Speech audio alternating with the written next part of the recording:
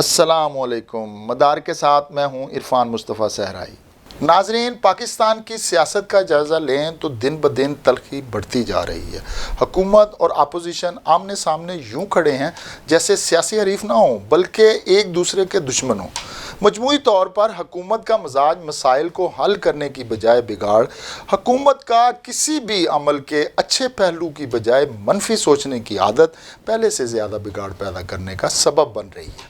جمہوریت، پارلیمانی آداب، سیاسی روایات، پارلیمان کی بالادستی، قانون کی حکمرانی، عدلیہ کی آزادی، انتظامی شفافیت، معاشی ترقی، بھوک، بے روزگاری کے خاتمہ اور اقتصادی بریک تھرو کے سارے قصے ایک درد انگیز سیاسی محاذرائی کی نظر ہو رہے ہیں، اور دیکھتے ہی دیکھتے حکومت اور اپوزیشن کے مابین سیاسی کشمکش اور ٹکراؤ کے پنڈورا باکس کھلنے لگے ہیں۔ یہ سب کچھ اچانک نہیں ہوا۔ اس میں مضمر خرابی کو ملکی سیاسی تاریخ کے 72 برسوں میں تلاش کرنا چاہیے۔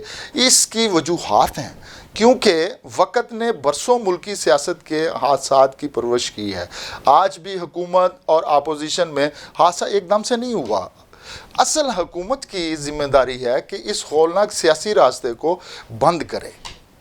دنیا میں جمہوری ریاستوں کی کامیابی کی بنیاد سیاسی جماعتوں کی لیڈرشپ کے رویے، ڈسپلن اور نظریات ہوتے ہیں، نہ کہ ایک دوسرے پر غداری کا لیبل لگانے کا رویہ۔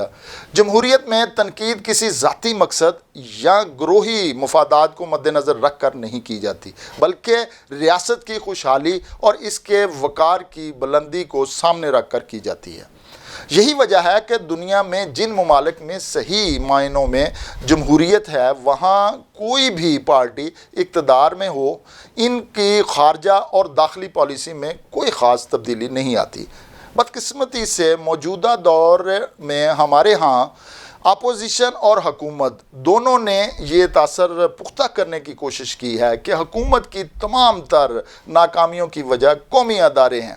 یہ تاثر پھیلانے والے خواہ حکومتی ارکان ہوں یا اپوزیشن کے رہنما، دونوں ہی پاکستان اور ریاستی اداروں کی خیر خواہ نہیں ہیں۔ یہ تاثر صرف اپوزیشن کی طرف سے نہیں بلکہ حکومتی رہنما بھی ان تاثر کو تقویت دینے میں پیش ہیں۔ گندم، آٹا، چینی سمیت اشیاء خورد و نوش کی قیمتوں میں بے پناہ اضافہ، ادویات کی آسمان کو چھوتی قیمتوں اور سستا ہونے پر پیٹرول کا غائب ہو جانا، ان تمام معاملات سے دفاعی اداروں کا کیا تعلق؟ یہ حکومت کے کرنے کے کام ہیں، لیکن اس کے باوجود سلیکٹرز اور ایک پیج والی اصلاحات بار بار استعمال کر کے حکومتی ناکامیوں کا بوجھ کہیں اور منتقل کرنے کی کوشش کی جاتی ہے۔ مہنگائی، بے روزگاری، امن و امان آدمی کے بنیادی مسائل ہیں۔ عوام نفسیاتی اور معاشی بحران کا شکار ہے۔ روزگار ہاتھ سے نکلتے جا رہا ہے، ملازمتیں ختم ہو گئیں، زندگیاں غیر محفوظ ہو گئیں، کاروبار پر تالے لگ گئے، مگر زندگی تو جینی ہے جس کے لیے ہاتھ پیر مارنا ہے۔ کسی بھی معیشت کا اندازہ ان کے بازار سے لگایا جاتا ہے۔ ہونا تو یہ چاہیے تھا کہ قوت خرید میں کمی کی وجہ سے اشیاء کی قیمتیں کم ہوتیں، مگر یہاں اس کے بالکل برعکس ہے۔ گرانی نے اب انسانوں کو نفسیاتی بیمار بنا دیا۔ جب بحرانی حالات کا سامنا ہوتا ہے تو حکومتوں کے فیصلے ایسے وقت میں سب سے اہم ثابت ہوتے ہیں۔ وہ حکومتیں جن کے فیصلے مفاد عامہ میں ہوتے ہیں وہ بحرانی کیفیت سے جلد باہر آ جاتے ہیں، لیکن جن کے فیصلے خاص تناظر میں ہوتے ہیں وہ ان حالات میں نکلنے کے بجائے مزید دلدل میں پھنس جاتے ہیں۔ موجودہ حکومت نے ملک کو بحرانی کیفیت سے باہر نکالنے کی بجائے اس سے مزید دھنسا دیا، حالانکہ حکومت ہی ان مسائل کو حل کرنے کی پابند ہے۔ اگر حکومت ان مسائل کو حل کرنے میں کامیاب ہو جاتی تو وہ اپنی کامیابی کا سہرا اداروں کے سر نہیں باندھتی۔ اگر کسی وجہ سے بھی پاکستان معیشت کا رکا ہوا پہیہ چل پڑتا ہے تو کیا حکومتی وزراء کسی ادارے کو سراہیں گے؟ ہرگز نہیں۔ اس کامیابی کا تمام تر کریڈٹ حکومت اپنی جھولی میں ڈالے گی۔ پھر اگر ایسا ہے تو موجودہ سیاسی بحران میں اداروں کے پیچھے چھپنے کی روش کیوں اپنا رکھی ہے؟ اپوزیشن کا طرز عمل بھی یہی ہے کہ میدان سیاست کے کھلاڑیوں نے اپنی لڑائی میں قومی سلامتی اور وقار کی گھاس کچل ڈالی۔ اس پر ریاست کا رد عمل ناگزیر تھا، لیکن حکومت نے اس رد عمل کو بھی اپنے سیاسی مقاصد کے لیے استعمال کرنا شروع کر دیا۔ حکومت کا اس وقت پورا زور اس بات پر ہے کہ اپوزیشن پاکستان ڈیموکریٹک موومنٹ کے تمام سرگرمیاں لپیٹ دے تاکہ وزیر اعظم کے لیے آسانی پیدا ہو۔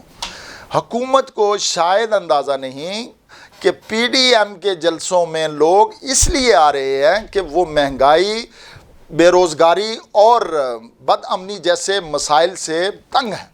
اگر حکومت اپنا کام کرتی تو اپوزیشن کے بیانیے پر کوئی کان بھی نہ دھرتا۔ اپوزیشن رہنماؤں کے بیانیے کی جواز بنا کر حکومت اپنی بیڈ گورننس کو نہیں چھپا سکتی، اور حکومت اپنی کارکردگی پر ہونے والی تنقید سے بچنے کے لیے اداروں کے پیچھے نہیں چھپ سکتی۔ کھیل خطرناک ہوگا۔ اپوزیشن بھی اداروں کو نشانہ بنا کر اپنی سیاست کو آگے نہیں بڑھا سکتی۔ یہ اپوزیشن کا کھیل بھی خطرناک ہوگا۔ پاکستان کے عوام بیوقوف ہرگز نہیں، وہ سیاہ اور سفید کی شناخت رکھتے ہیں۔ دونوں اطراف کے مخصوص لوگوں کے علاوہ عوام نے ہر ایسے اقدام کو مسترد کر دیا جب کسی جانب سے بھی حدود سے تجاوز کیا گیا۔ پاکستان کی سیاسی جماعتوں کی قیادت کو بھی جمہوری رویہ اپنانے کی اشد ضرورت ہے۔ گزشتہ 70 برس سے پاکستان میں سیاسی جماعتیں فعال ہیں، یہاں تک کہ ڈکٹیٹروں کے دور میں بھی سیاسی جماعتیں اپنا کردار ادا کرتی رہی ہیں۔ لیکن بدقسمتی یہ ہے کہ سیاستدانوں کی طرف سے بھی اعلیٰ درجے کی فہم و فراست، ذہانت اور فطانت اور معاملہ فہمی کا فقدان رہا۔ اصل بات یہ ہے کہ جب تک سیاسی قیادت خود کو سنجیدہ، مدبر اور ذہین ثابت نہیں کرتی، اس وقت تک سیاست میں جمہوریت کلچر پروان نہیں چڑھ سکتا۔ آپ غور کر لیں کہ کیا ہمارے ملک کی کسی بھی بڑی سیاسی جماعت کی تنظیم سازی ہے؟ جواب نہیں میں ملے گا۔ چند ایک جماعتیں ضرور ہیں جن کا تنظیمی ڈھانچہ فعال ہے، لیکن ان کا پاکستانی سیاست میں وزن بہت ہلکا ہے۔ سیاسی پارٹیوں کو شخصیت پرستی سے چلایا جا رہا ہے۔ جب سیاسی جماعتوں کی یہ حالت ہوگی تو اس سے بخوبی اندازہ لگایا جا سکتا ہے کہ ملک میں جمہوریت کیسے پروان چڑھ رہی ہے۔ پاکستان کے سیاسی اور انتخابی نظام نے ہمارے معاشرے کو بری طرح متاثر کیا۔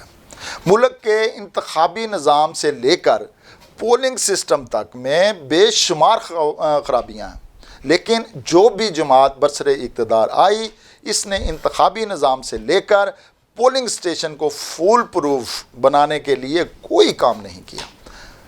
ڈکٹیٹروں نے بھی بڑے دعوے کیے، لیکن انتخابی نظام جوں کا توں رہا۔ حالانکہ جمہوریت کی سربلندی کے لیے سب سے پہلی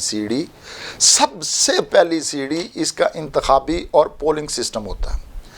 جس ملک میں یہ سسٹم نہیں ہوگا، وہاں دھونس دھاندلی کے سوا کچھ نہیں ہوگا۔